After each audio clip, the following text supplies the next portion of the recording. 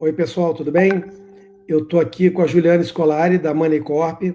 A Juliana é a head da América Latina, fica aqui em Orlando. E hoje a gente vai ter o prazer de ouvir dela um pouco do mercado de câmbio. Óbvio que não é fácil falar do mercado de câmbio nesse momento, então é uma tentativa brava de fazê-lo, né? Então a gente vai bater um papo. Ela vai fazer uma pequena apresentação para a gente vai tocar um vídeo também que faz parte da apresentação dela, e depois a gente vai abrir para perguntas e respostas. Para vocês fazerem as perguntas, tem um chat que vocês podem conduzir. Vocês vão fazer as perguntas e eu vou passar as perguntas para Juliana.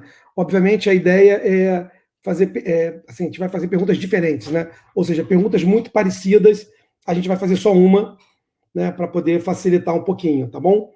Então, eu vou passar aqui a bola para a Juliana. Juliana, obrigado pela tua presença. Imagina, Léo. Obrigada a vocês, um prazer estar aqui. Boa noite a todos aí do Brasil.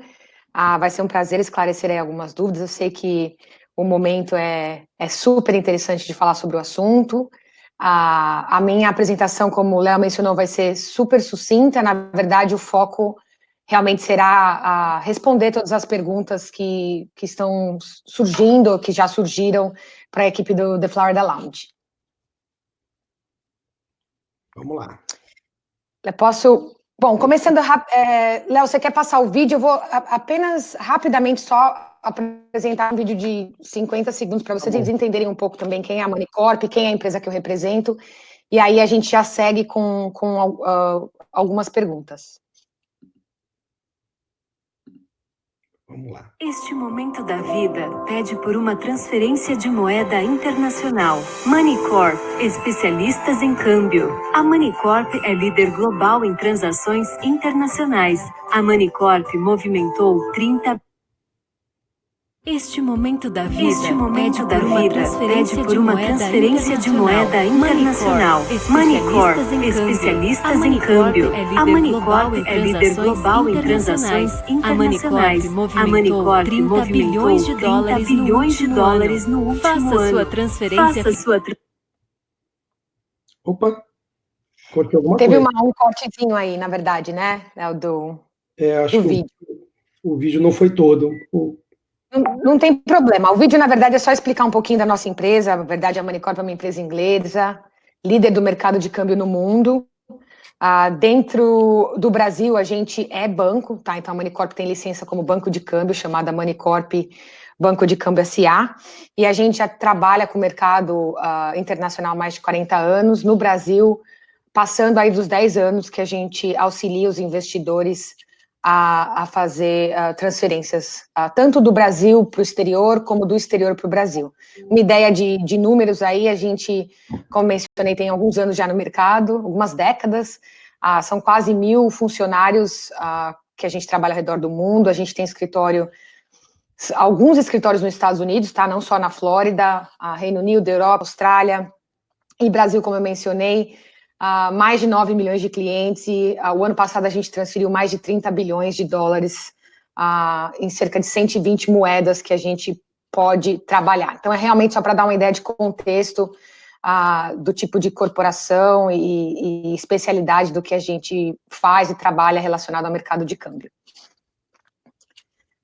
Quer começar o bate-papo, Léo?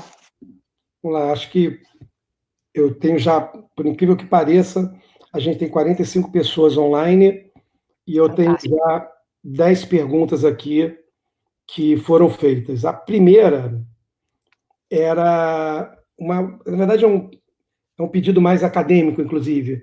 A pessoa escreveu assim: para começarmos, eu gostaria de pedir uma explicação de como é formada a taxa de câmbio. Perfeito. Então, na verdade, a moeda, né, o preço do câmbio é determinado por algo nada mais simples do que oferta e demanda. Tá? Então, realmente é um mercado flutuante, é de acordo com a oferta e demanda do mundo, que se determina aí o preço que a gente vê, né, o preço do dólar em relação ao real ou qualquer outro par de moedas do que a gente chama, tá? No Brasil, a diferença de grandes economias, como o Reino Unido, Estados Unidos, é que ela é flutuante, mas ela tem intervenções do Banco Central. Quando a gente vê, olha, o Banco Central interviu, fez swaps de moeda, existe uma certa intervenção do Banco Central para tentar ter um determinado controle ou tentar influenciar nesse preço final do câmbio, mas é assim que o preço é estabelecido da moeda, do dólar, né, do real. Tá bom. A segunda pergunta é, na sua opinião, quais são os principais fatores que influenciam a movimentação na cotação do dólar nesse momento? Então, Léo, quando a gente fala nesse momento, né, nesse momento de pandemia, nesse momento que a gente está vivendo único aqui, na verdade, a maior influência eu diria que é o medo. Por que eu falo que é o medo? É normal dentro de um mundo, de uma parte instável, né, que a primeira reação dos investidores é pararem de investirem em situações, em tipos de investimentos de risco, tá? Brasil sendo um deles.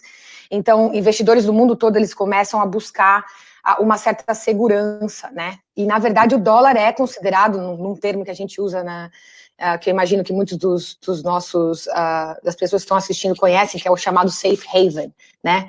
Então, o dólar é a moeda mais convertida no mundo e é a moeda que tem mais no mundo, que é mais buscada. Momentos como esse, realmente existe essa tendência, né, das pessoas saírem, buscarem alguma coisa um pouco mais segura e o dólar sendo essa. Então, o que está acontecendo agora é isso, tá? A gente vê uma grande saída de valores de países emergentes, moedas emergentes, à busca do dólar, e é por isso que o dólar o valor do dólar tem aumentado aí em comparação às outras moedas, e principalmente ao real, né? É por isso que a gente vê aumentando aí essa demanda pelo dólar, o preço, então, do dólar subindo. Legal. Terceira pergunta que a gente tem aqui. Pela sua experiência, a tendência de alta, baixa ou estabilidade da moeda norte-americana quando for controlada, não é para agora, tá? A pergunta é para quando for controlada a pandemia do coronavírus. Olha, é muito difícil, aliás, seria impossível a gente conseguir especular o que acontecerá com qualquer moeda, né? Principalmente depois de um evento tão único que a gente está vivendo no momento. Então, eu diria que até economistas, eu diria que estariam cautelosos aí para dar qualquer tipo de opinião sobre o que será que irá acontecer após a pandemia, mesmo porque a gente ainda não tem clareza de quanto tempo isso vai durar.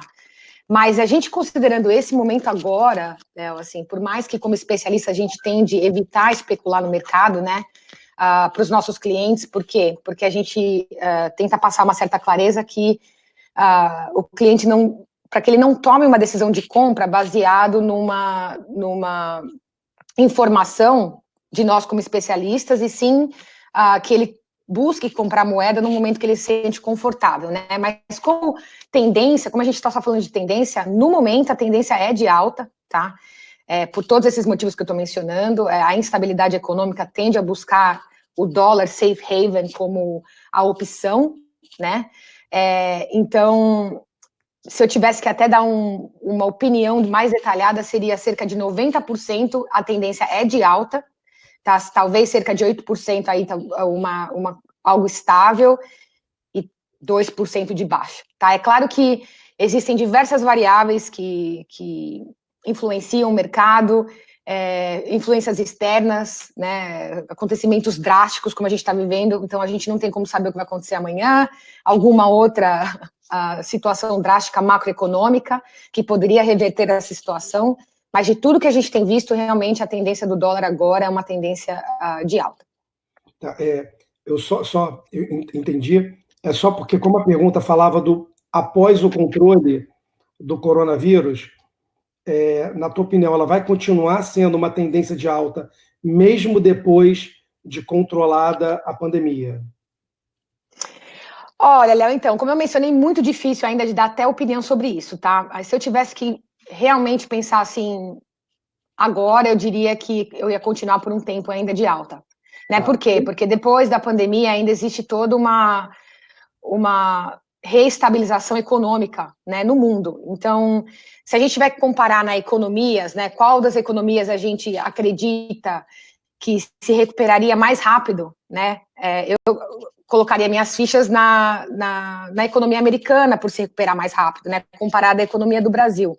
Então, novamente, se a economia americana estiver movimentando bem, se recuperando mais rápido, volta aí uma nova tendência, né, de uma busca pelo dólar, o que consequentemente faz com que o real possa vir a depreciar um pouco mais. Mas, novamente, isso é uma especulação, mas eu ainda acredito que a tendência de alta ela vai manter um pouco além do retorno da pandemia. Tá. Tem uma pergunta que acabou de surgir, ela tem um pouco a ver com o que a gente acabou de falar, só que numa visão de mais longo prazo. Então, tem uma pessoa que acabou de fazer a seguinte pergunta: você acha possível que no horizonte de 2 anos, que a moeda, que o dólar possa voltar para casa dos R$3? Léo, eu realmente acredito que não. Tá? A gente vem acompanhando já as situações econômicas, tem vários princípios econômicos que diriam que não. Eu tocaria no fato da inflação, né? Então, a inflação que a gente sofre, né, que o Brasil já não permitiria que a moeda pudesse estar num patamar a 3. Novamente, poderia acontecer algo drástico, né, que não acompanha uma norma do que a gente vê, e que talvez uma situação externa, que não fosse global, né, e que o Brasil, de alguma certa forma, tivesse uma certa vantagem em relação às outras economias, o que, portanto, faria com que houvesse uma busca do dólar. Pode ser que esse cenário modificaria, mas, novamente, a gente está falando de especulação, mas eu realmente não acredito que o dólar volte a ser 3. Tá bom. Tem uma outra pergunta aqui, na verdade tem 2 perguntas muito parecidas, né? A primeira, e eu vou fazer as duas para você poder encaixar, tá? A primeira é que a gente tem visto o Fed, que é o Banco Central Americano, diminuindo as taxas de juros, né? E, por outro lado, hoje mesmo tiveram algumas notícias no mercado que tem um pacote indo para o Senado americano de mais de 1,3 trilhões de dólares, né? Ou seja, na verdade, tem um esforço tanto do Banco Central, quanto do Executivo, quanto do Legislativo, de criar mecanismos para que os Estados Unidos saiam ou nem entrem num processo de recessão, né? Na tua opinião, como é que fica isso em relação ao câmbio? Então, voltando, né, muito pouco provável que o corte dos juros americano tenha uma influência no sentido de apreciar o real, tá? Vou focar no real, pelos mesmos motivos. As intenções são essas, tá? De nem entrar em recessão, ou se entrar, ter um poder, um pacote fiscal, econômico, que permita que o país volte a produzir com maior rapidez, comparado talvez a certas economias emergentes, ou economias que não tenham tanta verba, né, fiscal para investir. E a intenção sempre dos Estados Unidos é exatamente essa, né, cortar os juros para que a economia americana continue se movimentando e a gente volta no mesmo ciclo. Com a movimentação econômica americana, a busca do dólar aumenta e, portanto, a probabilidade do dólar continuar ou ainda apreciar diante de outras moedas que a gente não considera major currencies, né, real sendo uma dessas, é muito provável. Então, com a corte do Fed, eu acredito que ainda continuamos numa posição de tendência de alta para o dólar em comparação ao real. Legal. Vamos lá. Tá chovendo pergunta, tá? Eu tô... Tem aqui perguntas que vieram um pouquinho antes da apresentação e tá assim, um turbilhão aqui de perguntas. Eu estou tentando me estruturar em tanta pergunta. Mas tem uma que acabou de surgir, inclusive de um velho conhecido meu, que ela é interessante, ela tem a ver com o papo que a gente bateu mais cedo, quando a gente estava conversando. A pergunta aqui é a seguinte: tem algumas pessoas que já têm investimento em dólar, ou seja, elas estão dolarizadas. Sim. E aí, quando elas veem o dólar subir, elas ficam com uma tendência de transformar isso em real. E com a sua experiência e com o histórico que você tem, são mais de 10 anos na frente da Moneycorp. O que você acha? Mantém dolarizado ou volta com dinheiro em real? Eu estou partindo do princípio que não existe uma necessidade, né? Porque é óbvio, se você tem uma necessidade, é diferente. Aqui, pelo que eu estou entendendo da pergunta, pelo ponto de vista de inteligência de investimento, manter-se dolarizado ou voltar o dinheiro para o Brasil repatriando? Fantástica pergunta, Léo. Então, assim, dolarização de patrimônio, tá? Assim, opinião também minha, é uma grande ferramenta de investidor, né? E eu acredito muito na dolarização do patrimônio, tá? Então, o que eu posso dizer em relação à minha experiência? Tem cerca de um pouco mais de 10 anos que eu faço palestras sobre câmbio, tanto no Brasil como nos Estados Unidos, esclareço perguntas de como o câmbio flutua, como passo a passo de como transferir dinheiro do Brasil para o exterior, enfim, todas as ferramentas que a Moneycorp tem que a gente acaba esclarecendo, né? E todas as vezes que eu faço essas palestras, existe uma tendência dessa pergunta. Então, toda vez que, né, você faz uma palestra e o dólar está 3, a pergunta é, né, se o dólar está 2, o que eu faço? É um bom investimento, não é? E assim por diante, o dólar sobe para 4, o dólar sobe para 5, a pergunta se repete nesses ciclos, né? Eu concordo nesse sentido. Então, os clientes que repatriam os recursos, né, por uma necessidade, seja, né, acontecimentos das nossas vidas econômicas, existe uma possibilidade talvez de investimento pessoal no Brasil que faz sentido, existe essa repatriação, sim, a gente trabalha com muita repatriação também aqui, né, a gente trabalha com os dois lados, mas assim, eu dou mais uma opinião, né, seria curioso poder conversar com todos esses investidores que eu tive a oportunidade de conversar nesses últimos 10 anos, e fazer essa pergunta para eles, e aqueles que puderam manter o patrimônio em dólar, se eles agora estão satisfeitos ou não, e eu apostaria que eles estão muito satisfeitos de ter a dolarização desse patrimônio.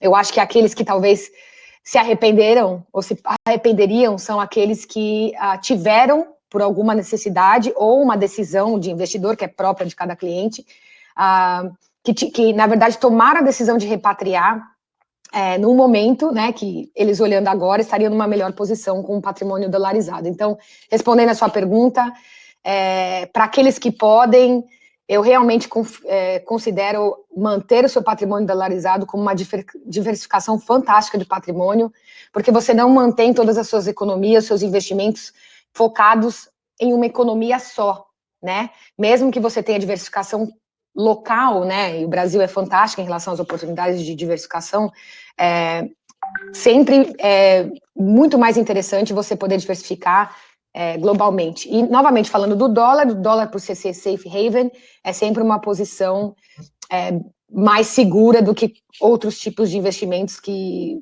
tem risco. Todo investimento tem risco, né, Léo? Mas, com certeza, investir no dólar é uma posição confortável mundialmente. Tá. Tem uma pergunta aqui que é uma pergunta mais técnica em relação ao funcionamento, inclusive, da Moneycorp, e tem uma outra pergunta que é parecida, então eu vou juntar as duas numa só. A primeira pergunta é se para remeter dinheiro para os Estados Unidos, a pessoa precisa ter uma conta bancária nos Estados Unidos. E a segunda pergunta, eu imagino que essa pergunta tenha começado a ficar um pouco mais comum para você, qual é a diferença da Moneycorp para o TransferWise? Fantástico. Então, falando sobre é necessário ter uma conta bancária, né, para você fazer transferências para o exterior. Na verdade, não é necessariamente uma conta bancária que é necessária. É necessário que você tenha um vínculo, né, que você prove um relacionamento de negócios, né, algum vínculo com o país para onde você deseja enviar esses recursos, né, essa moeda externa. Então, existem algumas restrições de natureza do Banco Central, e por ser definitivamente um mercado mais restrito, comparado a outros mercados, por exemplo, né, um cliente inglês tem muito mais facilidade de transferir, não necessita apresentar origem de recursos, como é exigido pelo Banco Central do Brasil. Então, o caminho mais simples, né, que se é sugerido para o brasileiro caso ele queira dolarizar de uma forma onde ele ainda não tomou uma certa decisão fixa e certa, né, de que tipo de investimento ele vai usar uma vez que o patrimônio está dolarizado, através da abertura de conta bancária nos Estados Unidos. Então, a Moneycorp, na verdade, entendeu essa necessidade, e o que a gente tem, Léo, que eu até vou passar alguns slides aqui, o que a gente criou dentro da Moneycorp é o que a gente chama de conta exclusiva de pagamentos da Moneycorp, tá? Então, é uma conta que ela agrega valor ao serviço de câmbio, ela é aberta gratuitamente para todos os clientes que fecham câmbio conosco para mandar dinheiro para o exterior. E o que essa conta permite, tá? Ela permite, uma vez que a gente abra, você esteja aprovado para transferir recursos do Brasil para o exterior, você pode manter os seus dólares nessa conta pelo tempo que precisar, inclusive até que você tome essa decisão final sobre que tipo de imóvel, por exemplo, você deseja investir, né? E aí vocês contam com a especialidade do time The Florida Lounge para esclarecer cada tipo de produto. Então, essa conta, ela vem novamente para facilitar. Então, qual é a diferença dela de uma conta bancária, tá? Primeiro, que você consegue abrir remotamente, tá? A maioria dos bancos nos Estados Unidos, eles vão exigir a sua presença física. Existem alguns bancos já que permitem a abertura de conta bancária nos Estados Unidos sem sua presença, mas são mais difíceis, mais raros, porém existem, mas a conta de pagamentos, ela primeiro facilita nesse sentido. O segundo é a habilidade de movimentar esses recursos do Brasil. Então, uma vez que os seus recursos estão na sua conta Moneycorp, que é o nome dela, tá? Você pode fazer pagamentos para uma ou mais contas sem qualquer custo adicional.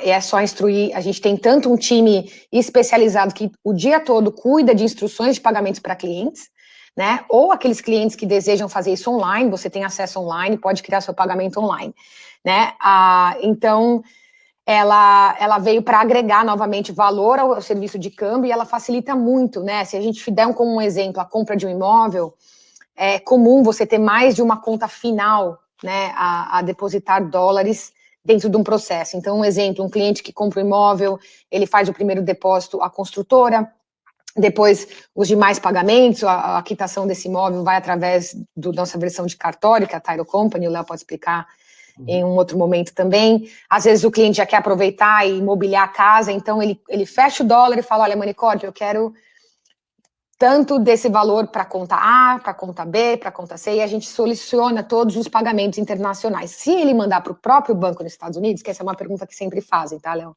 Mas por que eu não posso mandar? Com certeza, né, e a gente, novamente, o nosso foco é a conversão de câmbio, então aqueles clientes que já têm conta nos Estados Unidos e desejam enviar os dólares direto para a conta deles nos Estados Unidos, já estão familiarizados, a gente sempre vai seguir as instruções do cliente, mas ela também permite essa flexibilidade de movimentar esse dinheiro quando o cliente está no Brasil e não nos Estados Unidos. E, novamente, além da exigência da maioria dos bancos para abertura dessa conta, muitos bancos também exigem, dependendo do valor que for movimentado, que o cliente esteja presente na agência. Então, a gente evita aí que um cliente transfira o dinheiro para a conta bancária dele e depois tenha qualquer dificuldade de movimentação, considerando, obviamente, que os nossos investidores, a sua grande maioria, está no Brasil, e mesmo quando ele abre a conta, ele pretende voltar para o Brasil para seguir vida. Tá. Só para, assim, ter um pedacinho da pergunta, que era qual é a diferença da Moneycorp para TransferWise. Só que aí, sim, durante a sua explicação, surgiram outras perguntas que eu vou fazer para poder completar a pergunta comparar entre Moneycorp e TransferWise, mas tem duas perguntas que eu acho que sim, aliás, duas não, tem três perguntas aqui que eu acho que se encaixam para você fazer uma resposta única. Uma das perguntas é alguém que já conhece a Moneycorp, falando o seguinte, a Moneycorp virou um banco. Como isso afeta a operação como um todo da Moneycorp e a própria taxa de câmbio? A segunda é se é possível, na medida que alguém comprou uma casa ou a casa está construindo, o pagamento ainda não é necessário, se é possível fazer remessas ao longo da construção para só fazer o efetivo pagamento no momento futuro, tá? E a pessoa pergunta se você acha que é interessante ter essa política. E tem uma outra pergunta que é tá bom, agora eu paguei a casa e eu preciso agora remeter um dinheiro para pagar uma prestação. Qual é o IOF envolvido?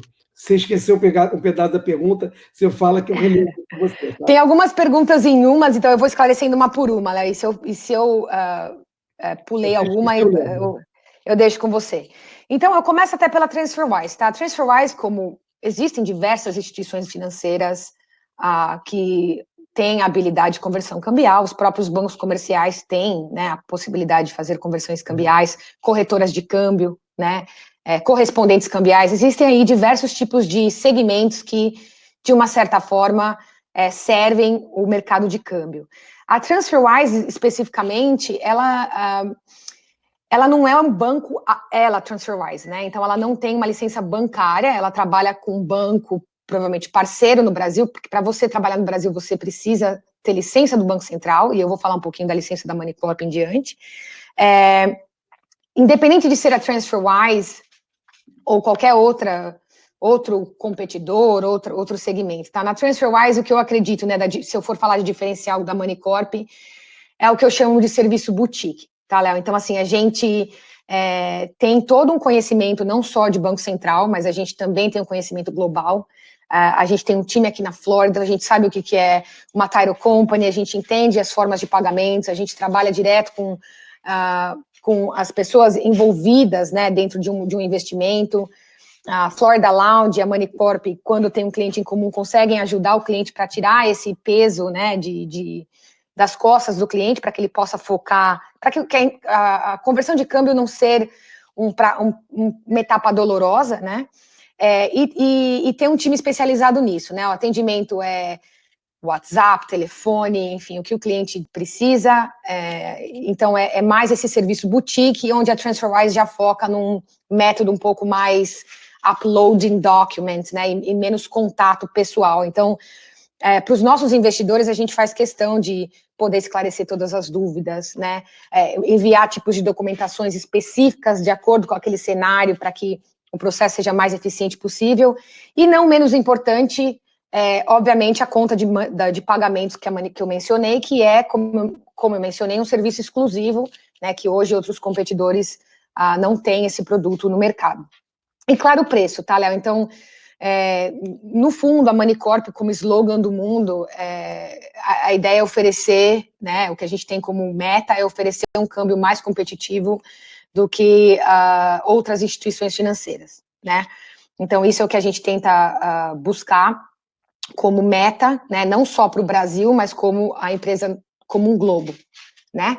E dentro desse contexto também foi porque a gente foi buscar a nossa licença bancária no Brasil, então foi um processo que durou aí de cerca de 6 anos, eu fico muito contente de ter participado desse projeto desde o início, né, então a gente começou adquirindo uma instituição financeira no Brasil, como empresa estrangeira a gente não podia simplesmente abrir um escritório no Brasil, né, regras do Banco Central, você tem que entrar com uma aquisição, ser sócio minoritário por 2 anos, para depois entrar com o processo de compra. Então, quando a gente adquiriu a Novo Mundo, para clientes existentes que estão aí, era o nome da empresa, a gente, ao mesmo tempo que a gente virou sócio majoritário, a gente comprou, né, por sua totalidade, a Novo Mundo, a gente já aplicou para a licença de banco. E a licença de banco nos dá diversas vantagens, né?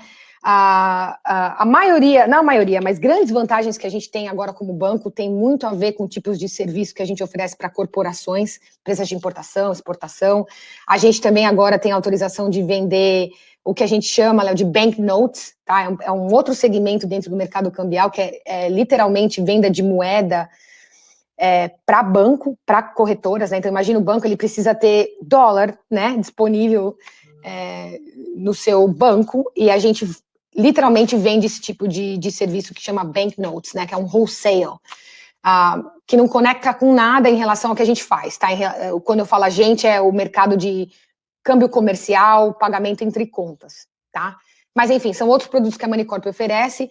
Para os nossos clientes, né, os investidores brasileiros, sempre buscando câmbios mais competitivos, então definitivamente o fato que a gente é banco, a gente consegue sim oferecer um câmbio mais competitivo ainda do que a gente já fazia, tá? E, além disso, Léo, a gente não tem nenhuma limitação de valores. Então, existia uma certa burocracia, eu chamaria, quando você é uma corretora de câmbio, em relação a fazer operações que são superiores a $100 mil por dia, tá? Então, teria que ter um banco envolvido, nesse processo existia formulários originais, com firma reconhecida. Então, o fato que agora a gente é banco, a gente elimina tudo isso, a gente tem posição própria de qualquer operação, seja de 1.000 ou 1 milhão de dólares que a gente tenha a transferir, o que facilita e melhora aí a eficiência do nosso serviço. Então, com certeza, a licença de banco veio para agregar ainda mais valor e adicionar maiores produtos. IOF, tá? Então, existem alguns tipos de IOF, e o IOF é determinado pelo tipo de natureza da operação com o Banco Central, tá? Esse tipo de natureza tem muito vínculo com quem é o beneficiário final aos olhos do Brasil, aonde esses dólares irão chegar. Então, quando a gente fala de conta bancária no exterior, conta de pagamentos na Moneycorp, ou seja, uma conta que é do próprio indivíduo no Brasil, essa natureza é chamada de disponibilidade no exterior, e o IOF é 1,10%, tá? Qualquer relação com compra de imóvel direto, então se a gente envia uma remessa direto para o cartório, ou pagamento de mortgage, aí se fala em compra de imóvel, essa natureza, o IOF é 0,38, tá? Então, é sempre bom para o investidor, ele tem as duas opções, a Moneycorp faz as duas opções, a gente, um cliente que já está com o contrato executado, está pronto, tem um valor de depósito, ele pode sim aproveitar o 0,38 e já pagar a construtora.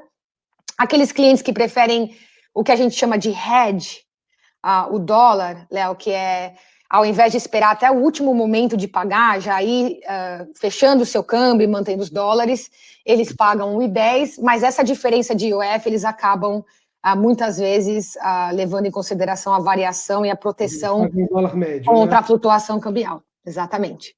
Câmbio médio. Pode ser também. Tem uma pergunta aqui, se o dinheiro chega em D1 ou D0?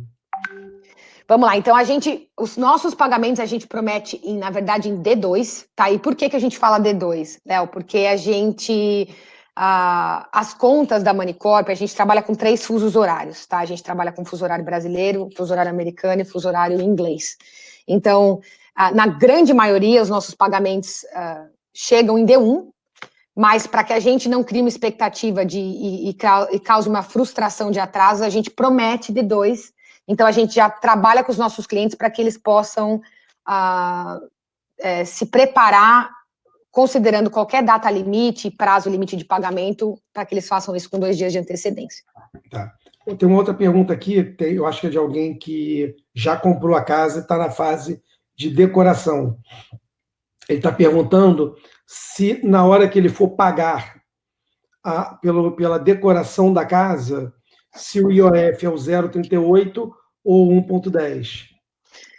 Ótima pergunta. Então, vamos lá, gente. Se você pagar algum serviço no exterior, tá? E você enviar esses recursos direto como pagamento de serviço no exterior, na verdade, IOF é 0,38, porém você vai pagar imposto de renda, tá? Então, que pode chegar aí a 30% reajustável, tá? Então, fica bem custoso para um cliente no Brasil fazer pagamentos diretos para pagamentos de serviços no exterior. Quando um cliente tem uma conta no exterior, ele pode ter recursos no exterior, né? Então, não existe nenhuma restrição sobre dolarizar o seu patrimônio. Se você tem valores e faz como disponibilidade, primeiro, né? Você tem aí 1,10 de IOF, e posteriormente, uma vez que esses valores estão no Brasil, no exterior, você tendo facilidade maior de pagar um provedor no exterior, daí você não tem nenhum custo adicional. É claro que a gente toma sempre um cuidado, Léo, porque a gente nunca vai dizer para um cliente evite pagar imposto de renda no Brasil, né? A gente não está nessa função de instruir o cliente a qualquer não pagamento de imposto de renda, ok? Porém, é sempre interessante para o cliente entender as ferramentas, né? E a partir do momento que ele entende as ferramentas, as naturezas, ele aí escolhe pela opção dentro da legalidade do que é mais vantajoso para ele e menos custoso. Entendi. Tem duas perguntas que são parecidas, que na verdade elas vão ser inclusive alvo de um outro webinar, que é sobre investimento nos Estados Unidos, mas como elas têm a ver com câmbio, eu acho legal perguntar para você também. O câmbio está flutuando, você falou que a tendência ainda é de alta, porque a economia americana tem uma tendência de se recuperar mais rápido que as outras, e pelo que eu entendi da sua explicação, as pessoas continuam buscando dólar, né? Como uma fortaleza, né? E a pergunta é, esse é o momento de investir ou deixo meu dinheiro paradinho no Brasil?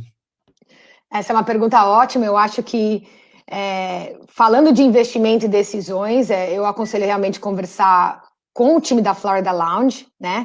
Mas quando a gente fala de câmbio, é sempre como qualquer investimento, tá? É uma questão de decisão pessoal e uma decisão de risco, né? Então, é difícil para como especialista de câmbio, informar a um cliente qual o melhor momento, se o momento é agora, né? Mas como eu mencionei, Léo, a gente, acompanhando o mercado, não existe, é muito difícil você saber o melhor momento, né? A recomendação se o seu orçamento em reais, né, você tem essa possibilidade de investir e dolarizar seu patrimônio, é esse tipo de cálculo que é necessário fazer. Em relação ao retorno desse valor, primeiro, dolarizando o patrimônio, como eu mencionei, é uma moeda safe haven, né? Então, realmente Explica um pouco o conceito.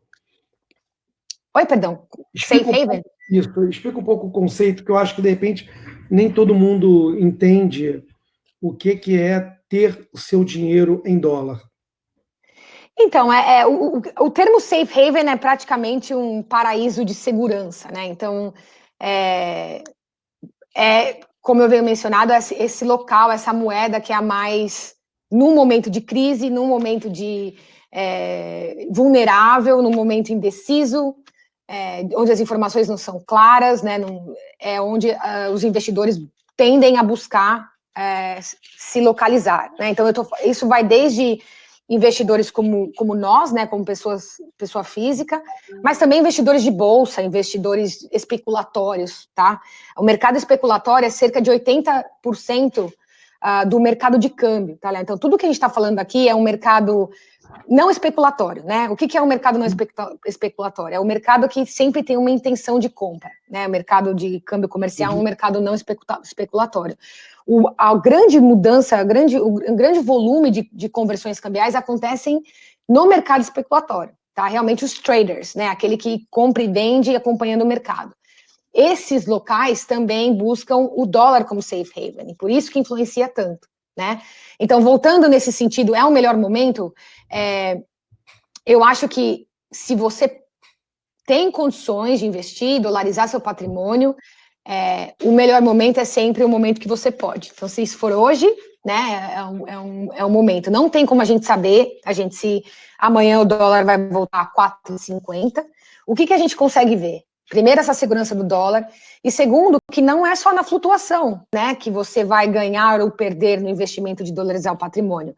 Dependendo do investimento que você escolher, a gente está falando, né, imóveis, tem a própria apreciação do imóvel, tem a rentabilidade potencial desse imóvel, né, ou seja, são diversas mini ferramentas dentro do contexto de dolarizar, né, então, enfim, muitas dessas informações são informações de experiência pessoal, tá? Não novamente, tentando não especular o mercado para que se tome uma decisão de comprar o dólar hoje, mas é baseado em histórico, né? E baseado no macro em relação à fortaleza que é o dólar, e que eu passo esse tipo de opinião e de posição para vocês.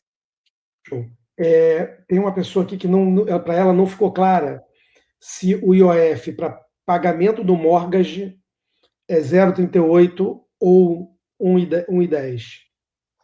É 0,38, Léo, se a gente conseguir pagar esse... Só que assim, para você fazer pagamento de mortgage, tem que ir direto para o banco ou para o lender, né? Que você tem esse imóvel. O que acontece é que isso é, às vezes, muito complexo para fazer direto do Brasil. Então, qual o caminho mais comum para pagamento de mortgage, né? O pagamento de mortgage é você ter o dinheiro na sua conta bancária americana, que eventualmente, apesar da conta de pagamentos vir para solucionar a sua aquisição, eventualmente é importante você ter uma conta bancária. Qual é a diferença? A gente não é uma conta bancária, a conta de pagamentos. Então, você não tem débito automático, você não tem cartão de débito. Então, eventualmente, um investidor, ele acaba abrindo uma conta bancária de qualquer maneira. No pagamento de mortgage, existem algumas vantagens que o próprio lender pode dar. Então, se você fizer débito automático da sua conta, uma certa vantagem, às vezes, nos juros, né, um certo desconto nos juros, enfim. Então, ou eles exigem, dependendo do programa mercado internet, programa de produto internacional desse lender, ele pode exigir que você mantenha um certo saldo na sua conta americana, né? Então, o mais comum mesmo é o cliente fazer a disponibilidade a 1,10 e do momento que esse valor já se encontra nos Estados Unidos, ele resolver a parte de financiamento, de pagamento de parcela, tá? Então, para resumir, se a gente conseguir, né, se o seu banco aceitar uma SWIFT Wire Transfer vindo do Brasil para fazer o pagamento direto ao banco, lembrando que ele tem que ter algo chamado Wire Instructions, né, para a gente poder fazer isso, que é uma outra observação, alguns bancos eles não dão essa opção para pagamento de mortgage, tá? Eles podem falar, não, a gente só tem ACH, alguns métodos de pagamentos locais americanos aqui, a gente só permite cheque, cartão de débito, enfim. Então, é verificar primeiro quais são as opções de pagamento do seu mortgage e, a partir daí, tomar essa decisão. Lembrando que a parcela do mortgage, né, considerando a diferença só de IOF, às vezes é mais interessante para aquele cliente que pode, né, aproveitar uma queda, nem que for de janela de dólar e ter 2, 3 parcelas já na sua conta, do que focar tanto na diferença do IOF. Tá, tem uma pergunta, peraí, que eu perdi aqui, foram entrando perguntas e eu perdi. Tem uma pergunta que é um pouco mais simples, perguntando se tem algum aplicativo da Moneycorp para fazer cotação do dólar e entender um pouco o custo de uma remessa. Vamos lá. Então, assim, gente, aplicativo, a gente não fecha câmbio online, tá? A maioria das instituições financeiras no Brasil não trabalham com fechamento online. A gente tem alguns bancos comerciais que eu sei que, claro, que tem, né? Itaú, por exemplo.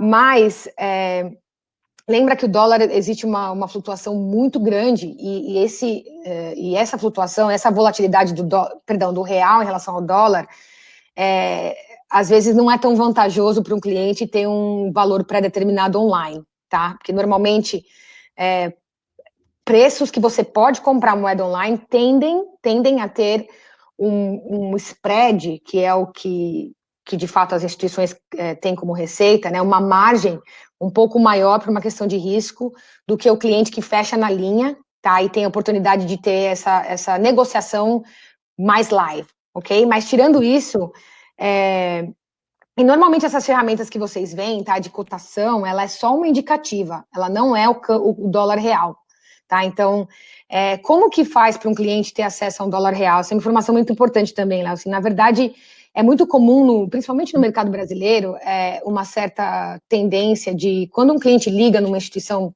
e pergunta qual é o câmbio de hoje, se ele não tiver a operação já aprovada para retirar do país, ele vai receber uma indicativa que normalmente é muito inferior ao verdadeiro preço daquela instituição, para criar-se uma expectativa de que aquela instituição é melhor que a outra, tá?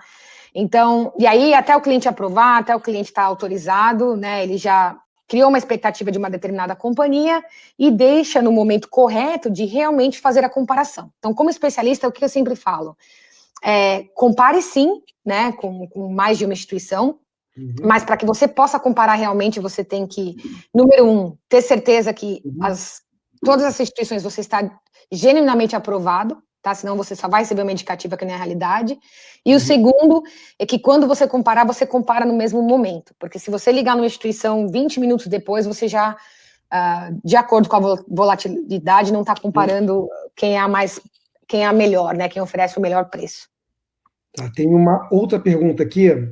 Na verdade, tem duas perguntas que são parecidas, que eu não vou responder por você, mas são duas pessoas que estão perguntando se é melhor esperar a calmaria ou se esse é o momento de comprar uma casa. Obviamente, vai ser legal você dar a tua opinião, mas a gente vai ter um webinar só falando de investimento imobiliário. A gente está para agendar, não tem uma data ainda, mas vai acontecer ao longo dos próximos dias, no máximo semana, né, para falar do tema. Mas é legal ouvir sua opinião, né? Claro, então, olha, a parte de casa, tá, de investimento de imobiliário, realmente deixo para os especialistas do Florida Lounge para responder essas questões para vocês. Qual que é a minha sugestão enquanto vocês conversam com o The Florida Lounge? E estratégia também, tá, gente, para você se proteger. Primeira coisa, abra um cadastro para que você tenha o feedback e você esteja pronto para operar esse câmbio quando você tomar essa decisão, tá? Quando eu falo abra um cadastro, na Manicorp a gente menciona abra uma conta, né, depende da instituição. Então, não tem custo, não tem obrigação de deixar tudo pronto, você também recebe esse feedback, porque...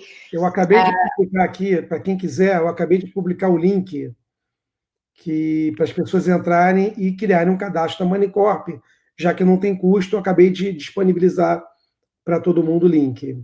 Perfeito, Léo, obrigada. É isso, não tem custo e não tem obrigação, mas realmente é um certo período até que você, às vezes, possa estar aprovado. Quando você já está aprovado, você tem acesso direto à mesa de câmbio, né? Como eu mencionei, pela volatilidade, não existe câmbio do dia, né? O câmbio do momento. Então, às vezes, existe uma queda do dólar, mas ela tem uma janela muito curta, né? Cerca de 20 minutos ela começa a subir de novo. Então, o cliente que já está aprovado, às vezes ele consegue, né? Não é garantido, porque ele tem que estar disponível naquele momento, mas às vezes ele consegue aproveitar uma certa queda imediata e pontual, e tem um aproveitamento dessa queda de câmbio. E, como eu mencionei, ele pode ir mantendo os recursos na conta de pagamentos do Manicorp, já dolarizando, já hedging, né? Como o Léo mencionou, que o câmbio médio é quando, ao invés de o investidor já fechar o câmbio de todo o seu investimento, né, num momento só, ele pode ir fechando aos poucos, e aí os valores do fechamento você soma e tem aí um câmbio médio, que é uma maneira mais conservadora de você evitar riscos, né, de cambiais. Então, na parte cambial, definitivamente, abra um cadastro para aqueles que têm intenção de comprar imóveis. A gente, além dos documentos obrigatórios do Brasil, que quem se cadastrar vai ser um prazer esclarecer com mais detalhes, a gente não pede nenhum... Você mencionando que você vai comprar, tem intenção de comprar um imóvel, está conversando com o The Florida Lounge, a gente não exige que você prove que está comprando imóvel, portanto, você pode já abrir uma conta da Manicorp e vai acompanhando o mercado, e quando você estiver pronto, a gente está pronto com você. Em relação a investir agora ou não, é muito difícil. Eu daria minha opinião como consumidor ao invés de especialista, né? E isso é muito pessoal, né? Depende muito da situação de cada um, de investidor. E mais em relação aos investimentos da Flórida, eu tenho certeza que a The Florida Lounge tem informações bem expressivas para dar para vocês em relação a esses retornos. Tá, eu vou completar um pouco a sua... porque surgiu durante a tua resposta...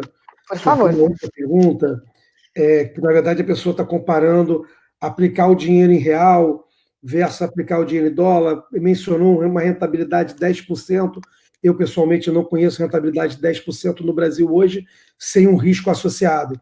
Mas, de qualquer forma, a gente vai fazer um webinar só sobre investimento, e aí a gente vai comparar e a gente vai explicar que você não pode só olhar percentual versus percentual. Você vai ter que descontar a inflação. A inflação no Brasil é bem maior do que nos Estados Unidos, então o poder de compra e outros ativos se valorizam de forma distinta. Então você, eventualmente, por exemplo, comprou uma casa e a sua casa também valorizou e pagou dividendo. Então, essa comparação ela não é tão simples, mas a gente está tentando preparar um material para ajudar na tomada de decisão. No final, a tomada de decisão ela é muito pessoal, né? Então, a gente vai dar... O nosso papel é dar ferramenta. É o que você estava falando antes, né? E teve uma outra pergunta que surgiu aqui de novo, e você já respondeu, então eu só vou reforçar a resposta, que é, sim, é possível ir mandando dinheiro aos poucos para fazer um pagamento futuro. E dessa forma, você vai pegando janelas de câmbio distintas e fazendo o que a Money Corp, os especialistas, chamam de dólar médio.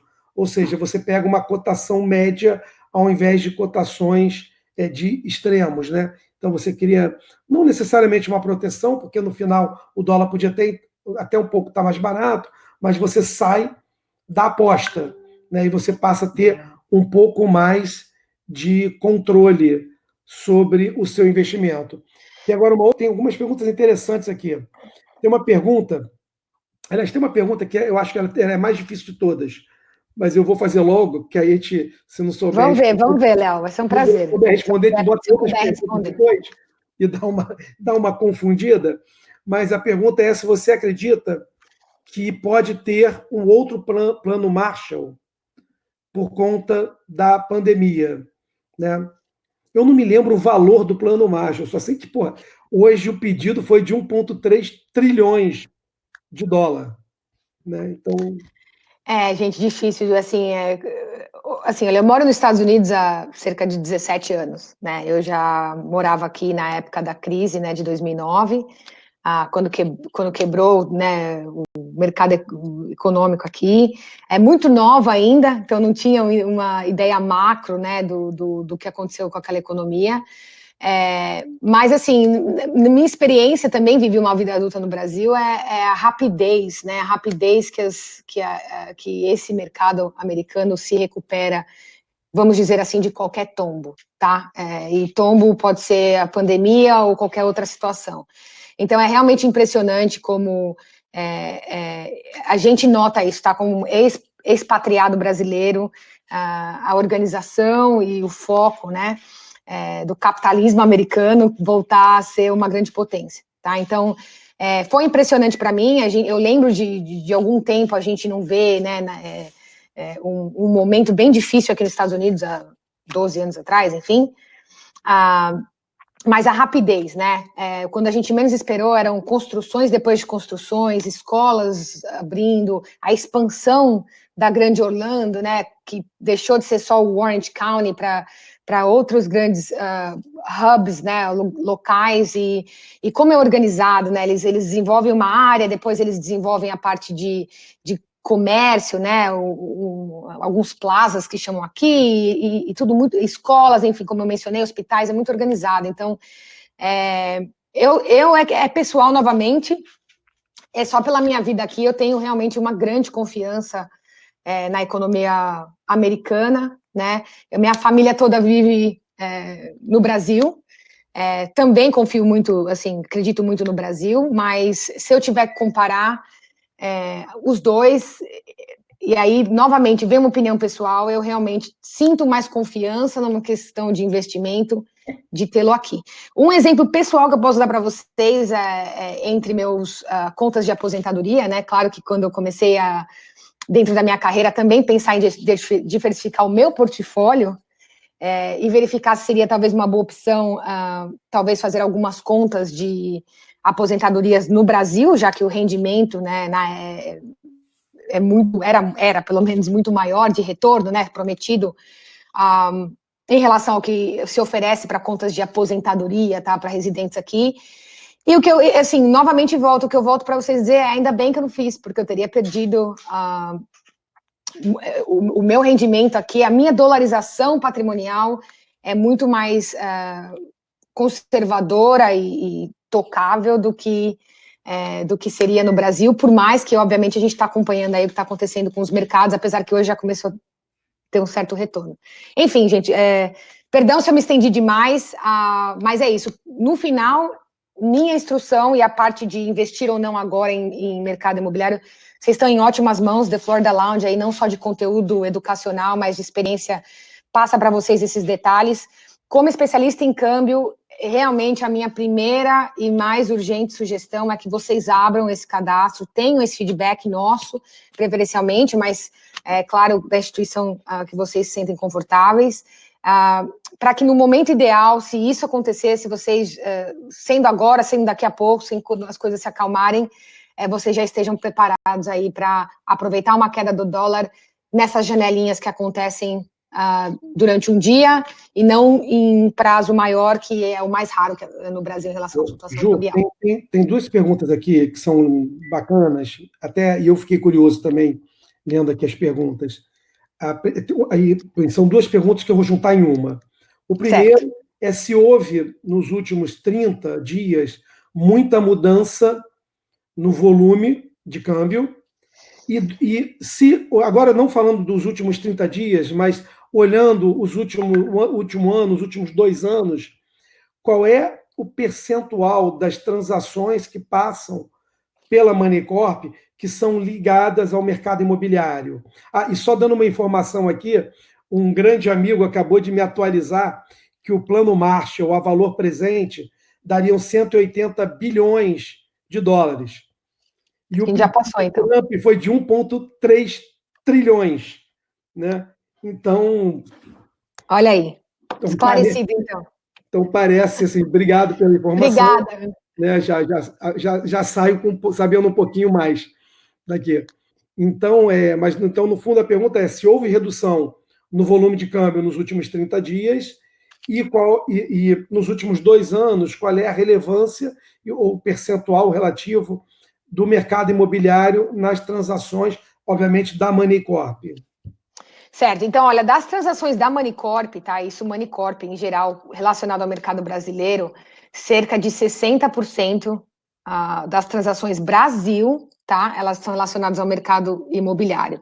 Quando a gente trata de um foco do fato que a gente está aqui na Flórida, das transações que são conectadas aqui com a Flórida, apesar de vir no Brasil, 90% da busca é relacionada à compra de imóvel.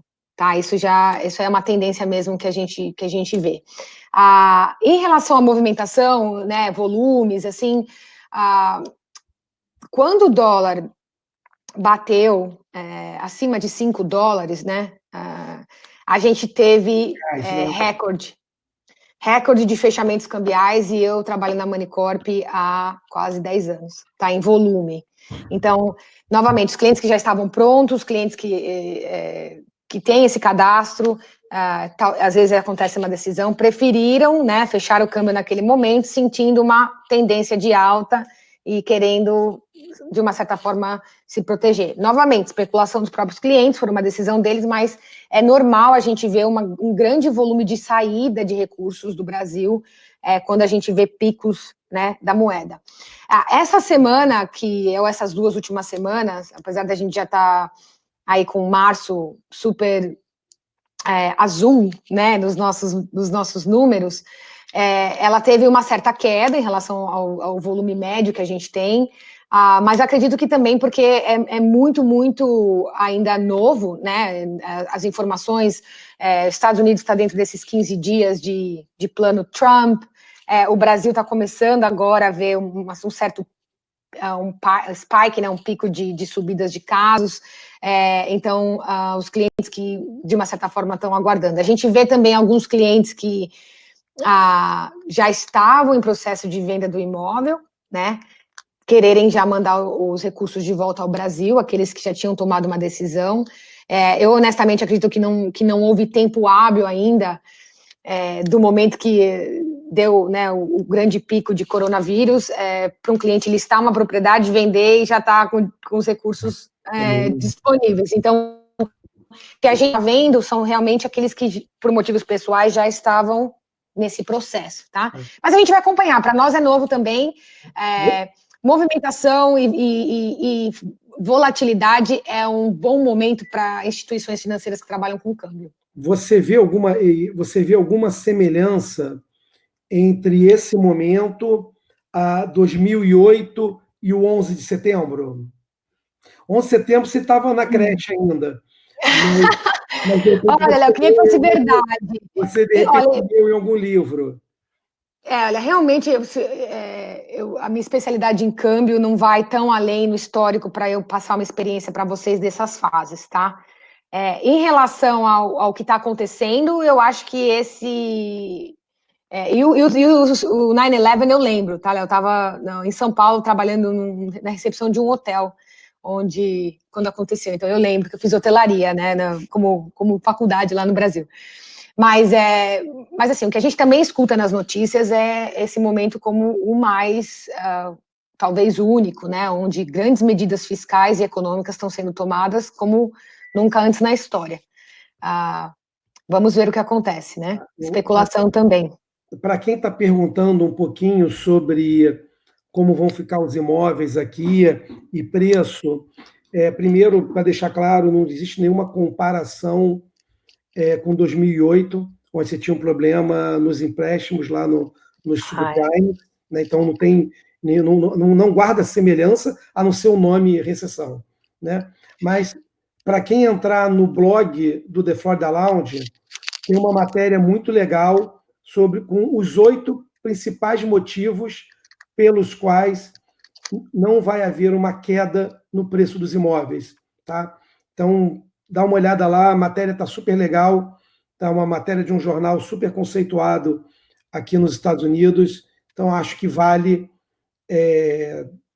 dar uma lida, né? Nem que seja por aprendizado, tá bom? Com certeza, Léo, desculpa, essa pergunta realmente se a preocupação é o mercado imobiliário, é completamente um outro motivo pelo qual ele quebrou em 2008, não é a mesma realidade de hoje, com certeza. Então, mas melhor pessoa para responder essa pergunta é The Florida Lounge, com certeza. Então, assim, gente, não sei se tem mais. Bem, eu acho que eu passei por todas as perguntas. É que, por incrível que pareça, tem algumas pessoas teimosas que estão me mandando perguntas pelo WhatsApp. Eu estou com ele aberto aqui do lado, né, porque são pessoas que me conhecem, estão aqui me mandando, me surrando aqui no WhatsApp. Eu estou tentando olhar para uma tela, de vez em quando eu preciso desviar aqui o olhar. Então, vou só dar uma última passada. Bem, acho que eu cobri todas as perguntas que foram feitas. Não sei se tem mais alguma pergunta. Eu tinha jogado o link da Moneycorp. Bem, se alguém não conseguiu clicar no link, fala com a gente, que a gente dá uma ajuda.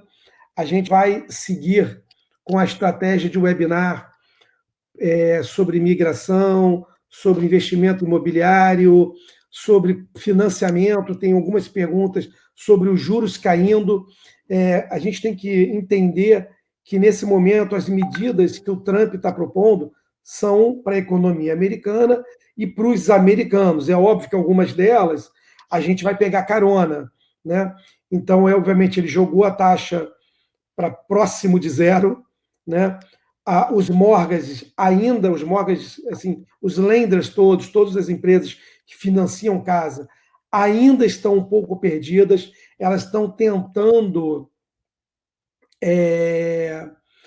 elas estão tentando ainda se entender, mas já existe uma sinalização de queda na taxa de juros dos empréstimos que a gente chama de tradicionais.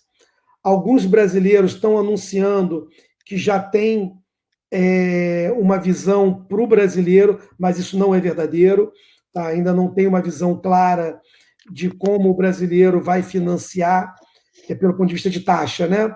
A gente entende que o brasileiro também vai se beneficiar, né? Então a gente deve ver a taxa de juros para o empréstimo internacional girar entre 4 e 4,5%, mas não vai ficar na mesma taxa do americano, por definição, porque tem um risco político associado. Mas a gente vai ter uma palestra, um webinar só sobre financiamento, onde a gente vai tirar todas as dúvidas, não só de juros, mas de processo, como aprova, como não aprova, como paga, como não paga, se o meu CPF vai ser analisado, se não vai.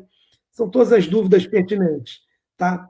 No mais, eu queria agradecer demais a Juliana pelo carinho de sempre. Está presa em casa, mas está falando com a gente, né? Tá todo Imagina. mundo... Na verdade, o webinar é legal porque está todo mundo preso, né? Então a gente tem para pelo menos extravasar e fazer algo diferente. Com certeza, Léo. Mas eu que agradeço muito a toda a equipe da Florida Lounge. Espero que eu tenha respondido algumas das perguntas, ou as perguntas da melhor maneira. E o Léo colocou informação, se vocês precisarem falar comigo, avisem o The Florida Lounge, eles passam os nossos contatos. Se vocês registrarem online também, vem para nós. Novamente, o meu nome é Juliana Scolari. E vai ser um prazer ajudá-los, e deixo aí o meu último recado, realmente abram o seu cadastro para que vocês tenham esse acesso direto, porque nada melhor do que ter um acesso direto à mesa, e os demais detalhes sobre o seu investimento, os outros webinars estarão aí para esclarecer para vocês. Gente, queria agradecer a participação de todos. O bacana é que a gente está monitorando aqui e, basicamente, a gente ficou estável em participantes, o tema é interessante, a apresentadora mais ainda, né, o conhecimento da Juliana é espetacular, assim, foi super bacana, foi super educativo, e até a próxima. Agora a gente vai mandar para vocês o link da matéria que eu falei, tá? Então vai aparecer para vocês aí o link da matéria que eu mencionei lá no nosso site, tá bom, gente? Obrigado, Ju. Obrigado. Obrigada. Boa noite a todos, e a gente fica aguardando o contato de vocês.